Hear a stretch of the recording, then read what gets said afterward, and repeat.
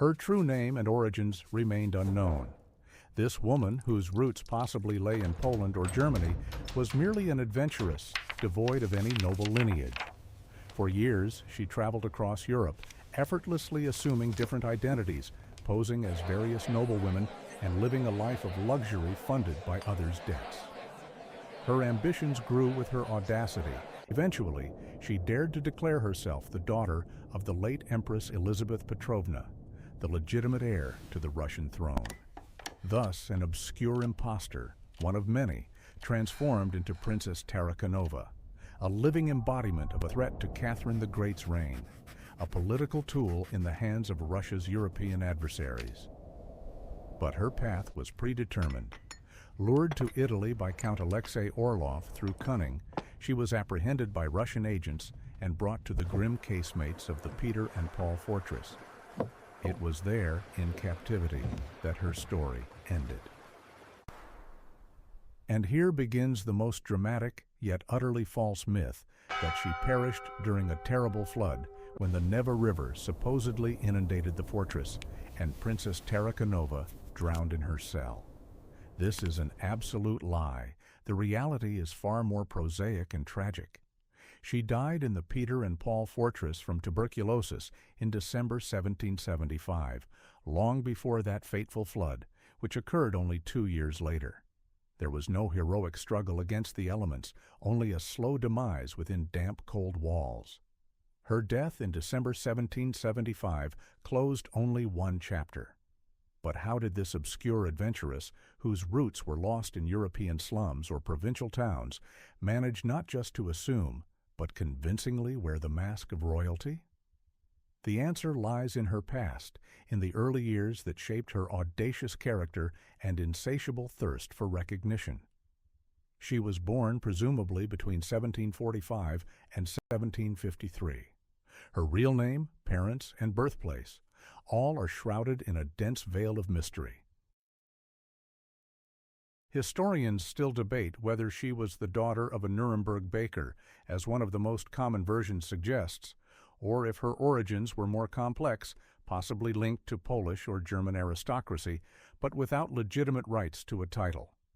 This uncertainty, the constant lack of a true identity, likely became her first trauma and, simultaneously, fertile ground for her future transformations.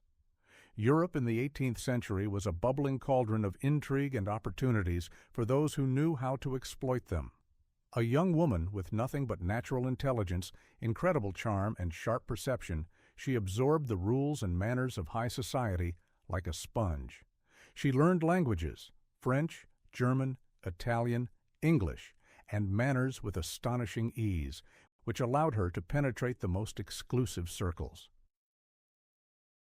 Every new persona she created, whether a baroness or a countess, was not just a deception for profit, but perhaps also a desperate attempt to find her place in a world that offered her no birthright privileges. Gradually, from relatively minor scams and living at others' expense, she moved on to more ambitious schemes. Her claims grew bolder, and her horizons expanded. By the early 1770s, as European courts were consumed by political intrigue and Catherine the Great was still consolidating her position on the Russian throne, she saw her chance. It was then, in 1772, in Paris, that she first made the declaration that changed everything. She proclaimed herself the daughter of the late Empress Elizabeth Petrovna, the legitimate heir to the Russian throne. This was the very moment, the point of no return, when a personal adventure transformed into a political threat, and the obscure impostor forever entered history as Princess Tarakanova. However, a mere grand declaration would not have transformed an unknown woman into a political figure. For her words to gain traction, fertile ground was needed, and 18th-century Europe was literally steeped in such conditions. An era of palace coups, weakened monarchies, and constant power struggles created ideal conditions for the emergence of impostors. The Russian throne, it seemed, was cursed with instability. Over the past half-century, it had seen several rulers, each ascending to power through palace coups or contested claims. Catherine the Great herself, a German princess, had ascended the throne by overthrowing her husband, Emperor Peter III, a circumstance that inevitably fueled doubts about her legitimacy. Despite all her efforts to consolidate power, persistent rumors circulated among the populace about a living or hidden heir, a miraculously saved Tsarevich, or a true but unjustly removed successor to the throne. This was not merely kitchen whispers, but a powerful wave of popular discontent, which would later manifest in Pugachev's rebellion after the Tarakanova affair. European powers, constantly balancing on the brink of war, closely monitored Russia's internal situation. France, the Ottoman Empire, Poland, Sweden, each had geopolitical interests that clashed with the growing power of the Russian Empire. For them, any internal instability in Russia was advantageous. Supporting a claimant, even the most absurd, could become a cheap and effective tool to pressure St. Petersburg, diverting forces and resources, sowing discord, and undermining the monarch's authority. This was not merely a game of thrones, but a ruthless struggle for European dominance. In this atmosphere, where myths easily blended with reality and rumors became weapons, any convincingly played role could find its supporters. Society, weary of wars, poverty, and arbitrary rule, often sought salvation in the figure of a true monarch capable of restoring justice. Stories of lost or kidnapped royal children, of hidden heirs awaiting their moment, were part of the collective unconscious. And when a woman appeared on the scene, who with astonishing confidence proclaimed her royal lineage, her words fell on fertile ground, not only for naive commoners, but also for cynical politicians ready to exploit any opportunity to achieve their goals. Her first steps on the grand European stage date back to the late 1760s. At that time, she wasn't yet aiming for the Russian throne, but was already honing her mastery of transformation, like a virtuoso preparing for a major concert. In 1768, in Berlin, she appeared as Fräulein Frank, a mysterious figure from a noble but impoverished family. Her story was vague but plausible enough to attract attention. Her goal was simple: to live lavishly, attracting wealthy patrons willing to lend funds or provide shelter. She charmed with her intelligence, grace, and, of course, hints of high birth, borrowed money, and disappeared, leaving behind a pile of unpaid bills, bewildered creditors, and the puzzled gazes of those who had believed in her fabricated status. This was merely a warm-up before more ambitious roles and a far more dangerous game. Already the following year, in 1769, her traces were found in Paris, where she assumed the guise of Madame de Trémouille. Here, her claims became far bolder and more focused. She not only lived at others' expense, but actively cultivated acquaintances in the highest circles of European society, demonstrating refined manners and impeccable command of French, Italian, German, and English. Her legend grew with new details, becoming incredibly convincing.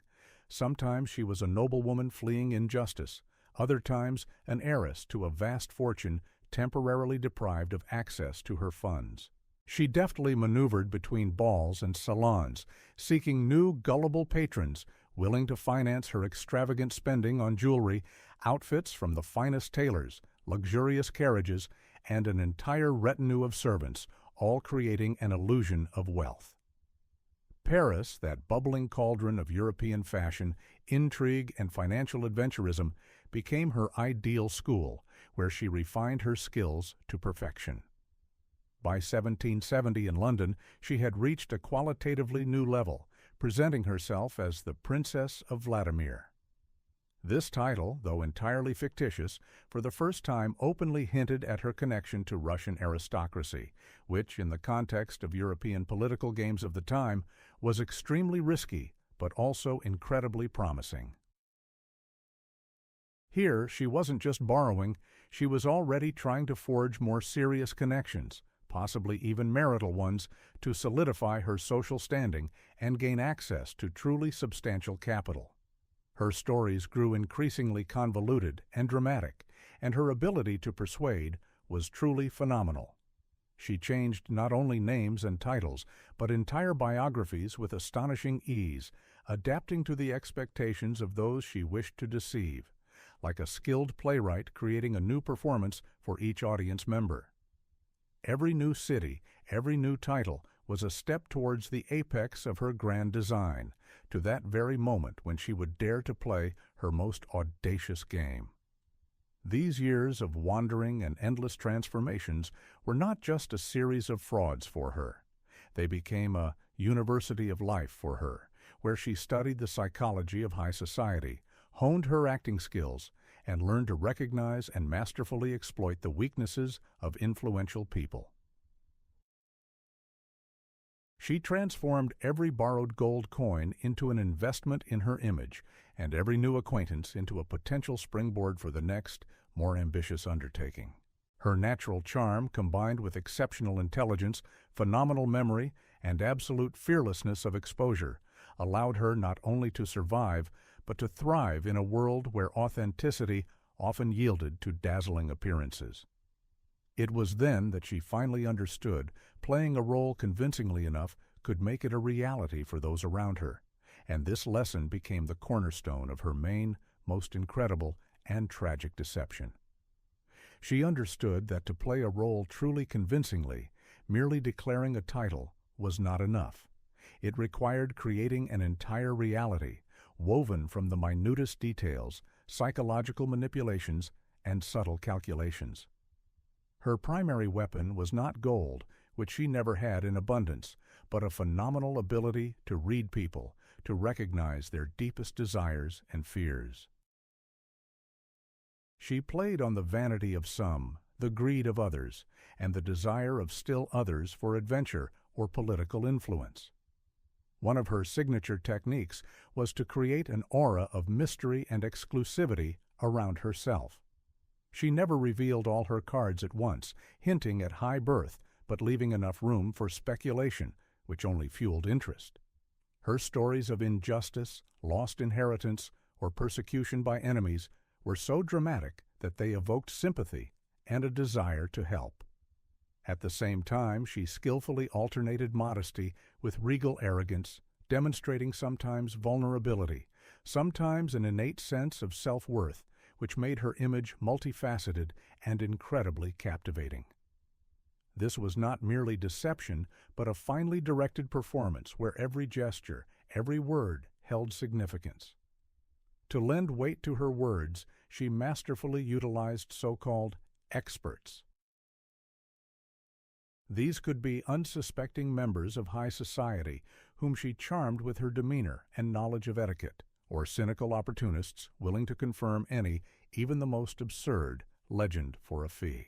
She surrounded herself with a retinue that, though composed of fellow adventurers or hired servants, created the appearance of noble company. These people, often unwittingly, became her proof, spreading rumors of her influence and wealth, thereby creating a buzz. The more people started talking about her, the more real her fictitious persona became. She knew how to turn rumors into a powerful information stream capable of convincing even skeptics. Her adaptability was astonishing. If one legend began to unravel, she instantly replaced it with another, equally convincing and dramatic.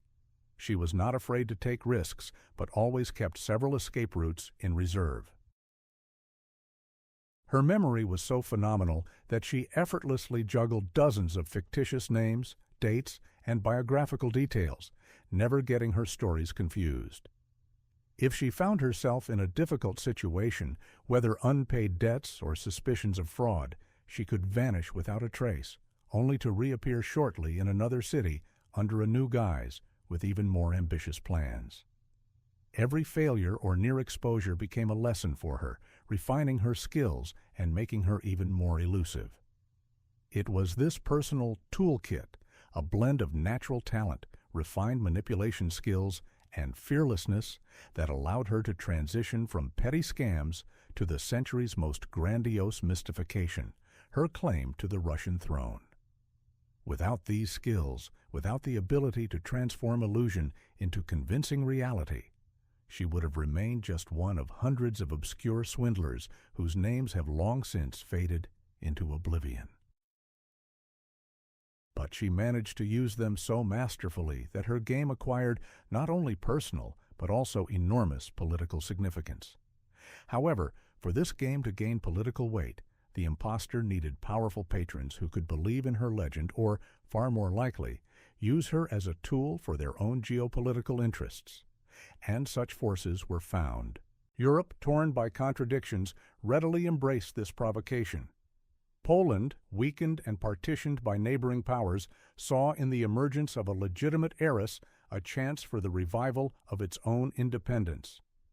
Thus, one of Tarakanova's first and most significant patrons was the Polish magnate Karol Stanisław Radziwiłł, known for his Russophobia and active participation in the Bar Confederation, a movement of Polish nobility against Russian influence and King Stanisław August Poniatowski.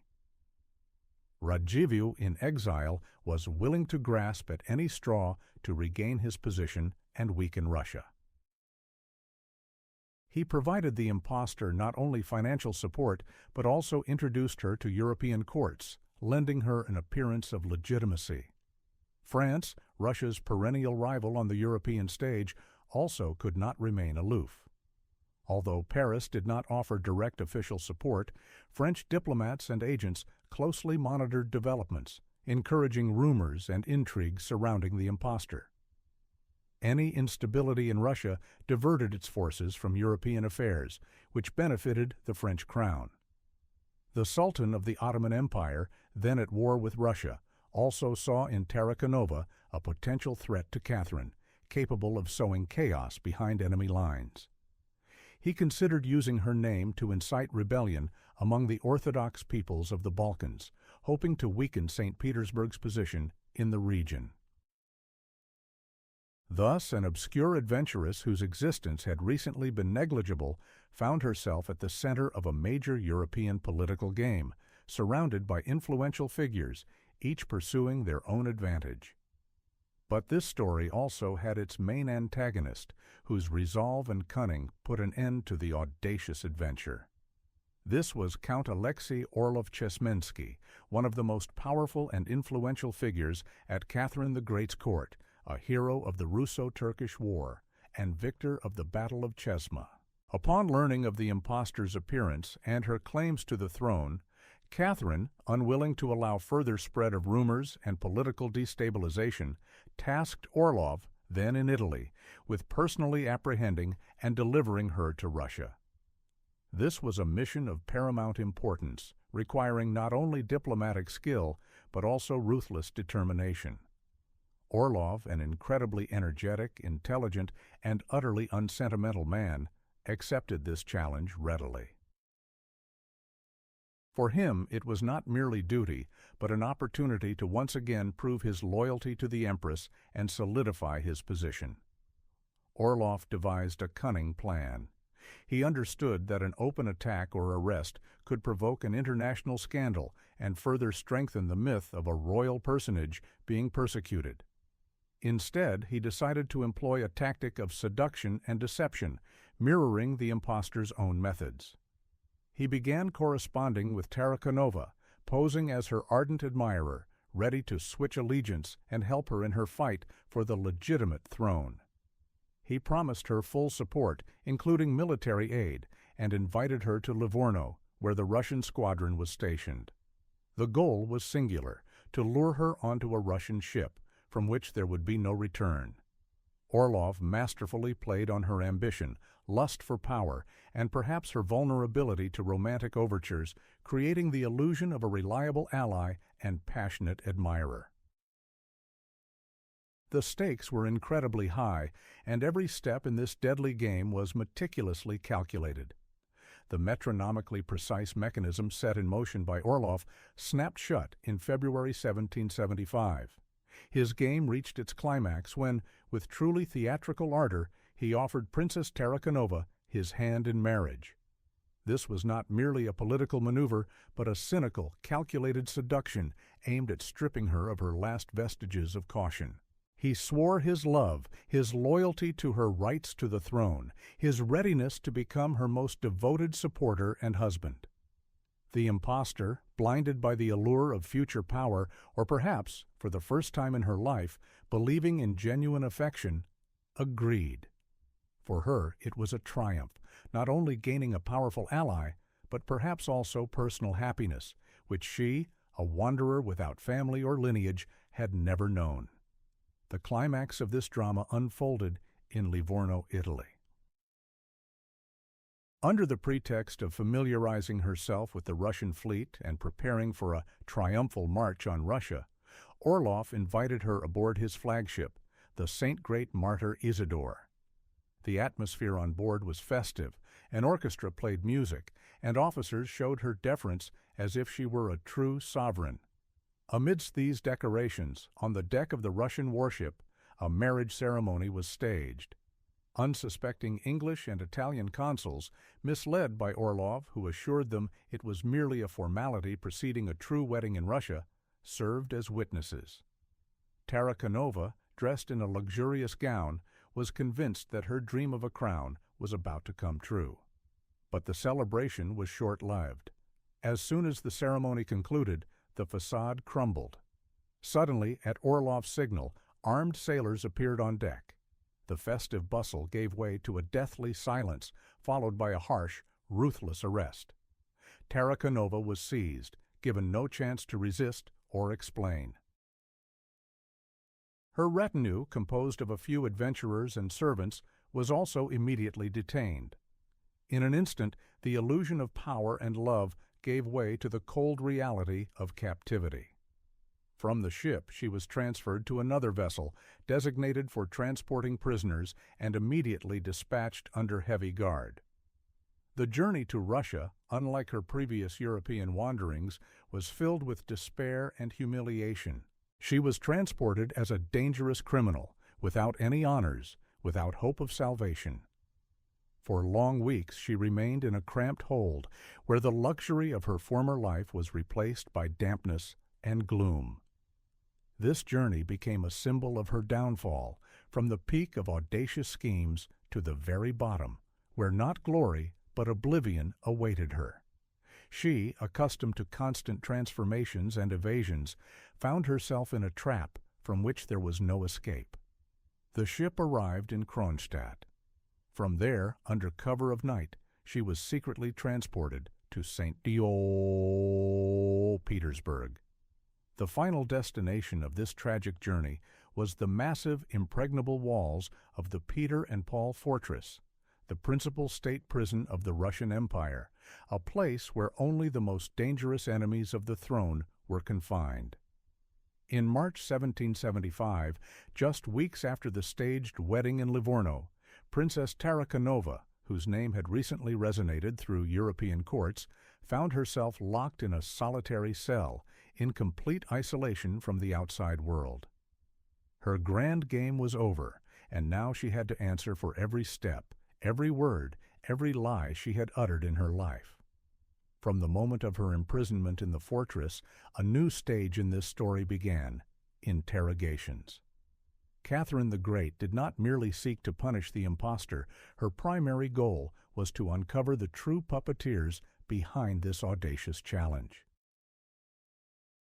The Empress was less interested in the adventuress's fantasies of royal lineage than in the real names of European politicians and monarchs who had dared to use her as a weapon against the Russian Empire. For several months, the impostor underwent multiple interrogations. She was pressed to reveal her true identity and, most importantly, to provide evidence of her connections with foreign powers. But even under pressure, she displayed astonishing resilience, continuing to adhere to her legend. The consequences for those who dared to support her were immediate and tangible. The Polish magnate Karol Stanisław Radziwiłł, the self-proclaimed princess's chief sponsor, instantly lost all political influence, and his hopes for destabilizing Russia collapsed overnight. He found himself in even greater isolation. For France and the Ottoman Empire, Although they did not provide direct official support, the impostor's arrest meant the loss of a potentially useful tool. The illusion of a legitimate heiress capable of inciting rebellion dissipated, depriving them of a convenient lever of pressure on St. Petersburg. This was a direct blow to their indirect interests, demonstrating the effectiveness of Russian counterintelligence and Catherine the Great's resolve. For the Empress herself, this arrest was an important political victory. It not only halted the spread of a dangerous myth within the country, but also sent a clear signal to European courts. Attempts to interfere in Russia's internal affairs through supporting impostors would be severely suppressed. The operation to capture the impostor cost the Treasury a significant sum, but these expenses were deemed justified investments in the stability of the throne. No financial compensation for Tarakanova's investors or creditors was, of course, provided. All her debts were consigned to oblivion, along with her fictitious title, as the Crown did not recognize her existence as a legitimate person. The political consequences were unequivocal. Catherine's legitimacy was strengthened, and her position on the international stage became even more unshakable. Tarakanova's capture was a demonstration of strength, confirming that the Russian throne, despite all rumors and intrigues, was solid and unassailable. It was a powerful blow to the entire system of external and internal threats aimed at undermining the Russian Empire. But even her death did not put an end to this astonishing story. On the contrary, it was then that a legend was born, one that proved far more enduring than life itself, transforming into a powerful cultural phenomenon. The prosaic truth of her slow demise in damp casemates was too mundane, too devoid of drama, to satisfy the public's thirst for vivid, heroic narratives. People, weary of routine and injustice, always sought something more than mere facts. They needed a story capable of stirring emotions, inspiring or, conversely, horrifying. This is precisely why the myth of her death during a terrible flood, when the Neva River supposedly inundated her cell, emerged and took hold. This image, a young woman, possibly of royal blood, drowned in a grim dungeon, was utterly tragic and romantic. It instantly supplanted the inconvenient and unheroic truth, becoming a symbol not just of personal tragedy, but for many a metaphor for the ruthlessness of power, capable of consuming even the most audacious and independent. Thus, an obscure adventuress whose life was a series of deceptions and transformations paradoxically became a folk heroine, a martyr whose fate evoked deep sympathy. Her story, distorted and romanticized, ceased to be merely an episode in the life of an impostor. It became a universal narrative about the struggle of the weak against the strong, about the pursuit of freedom and justice, even if that pursuit was based on illusions. This is one of the deepest lessons of her story, how easily a myth, woven from collective fears, hopes, and a thirst for miracles, can supersede reality.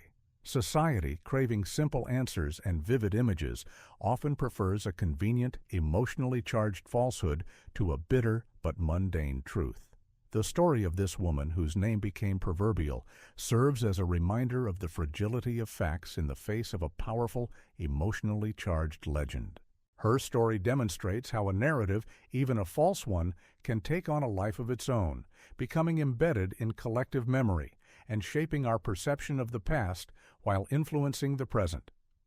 Ultimately, her legacy is not the triumph of an unprincipled deceiver, but rather a testament to how human imagination and political interests can rewrite history, transforming it into an enduring symbol of tragic destiny and an unresolved enigma.